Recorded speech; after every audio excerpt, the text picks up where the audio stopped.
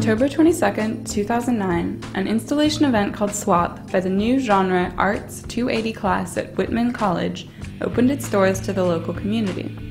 Superficially, SWAP was not much more than a simple clothing exchange that took place inside the Fouts Art Gallery on campus, but the event also provided the strange experience of an exchange inside a clean white-walled art gallery. The flexible space of the gallery was designed to mimic a retail store, specifically one targeting those aesthetically conscious and style-savvy customers, complete with dressing rooms, clothing racks, mirrors, couches, stylish furniture, a gargantuan SWAP logo painted on the wall, an LCD flat-screen television, hip background music, and high and low-end art. These elements helped transform the boutique into everything one might expect to encounter inside a hip commercial store. In the midst of all the ambience and decor were used and unwanted clothes, all of which had either been picked up for free at the end of garage sales or purchased at the Goodwill clothing bins in Portland, Oregon for pennies on the dollar.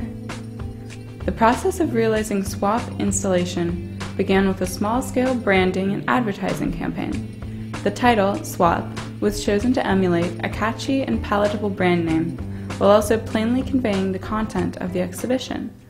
The class created a suite of commercials promoting the store and distributed them, along with dates and info, by means of Facebook and other social network sites. Vibrant posters were hung in high-traffic areas around campus.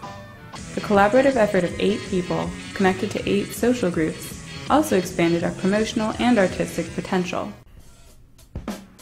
As a final prompt for interaction, the class attached a fluorescent colored tag to each item of clothing, on which were a variety of stories, histories, and/or sayings that commented directly on the item to which they were attached. As people brought in their own clothing, they were asked to add these same tags to their items before swapping them out. The tags acted as an owner statement and a narrative that added both intangible value and eclectic sentimentalism to the clothing pieces. Reading statements like, "Kiss my first boyfriend in this sweater," and "A hand-me-down from the Fresh Prince of Bel-Air himself, get jiggy with it," provided entertainment and a feeling of interconnectedness for SWAP's customers, and also subverted the normative experience of looking for a price tag. One goal of SWAP was to challenge the traditional role of the art gallery as a place where visitors are spectators and materials on display are non-removable pieces of property.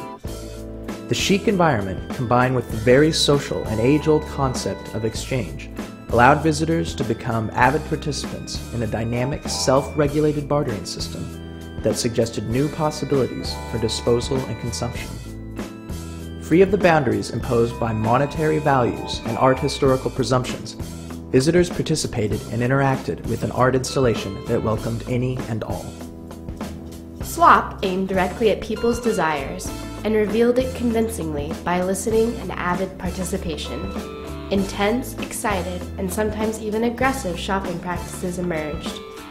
These behaviors revealed the shared human desire for newness and the strong pull of aesthetically pleasing space, regardless of its function. Visitors sought to make the old renewed. Mirrors, murmurs of excitement and pleasure, and pumping music reflected the energy of this common desire back into the space. Suddenly, old rubber boots were cool. A patchwork jacket tempted dozens of customers to try it on for size, and those neon yellow gym shorts with the wacky tag suggested new outfit possibilities. By rethinking the logistics of a clothing boutique, putting a social, cooperative, and alternative event into a space meant for conventional art, and adding some provocative enhancements, SWAP examined new ways to conceptualize and position both art and society at large. SWAP asked, what can art be now, and what could it be tomorrow?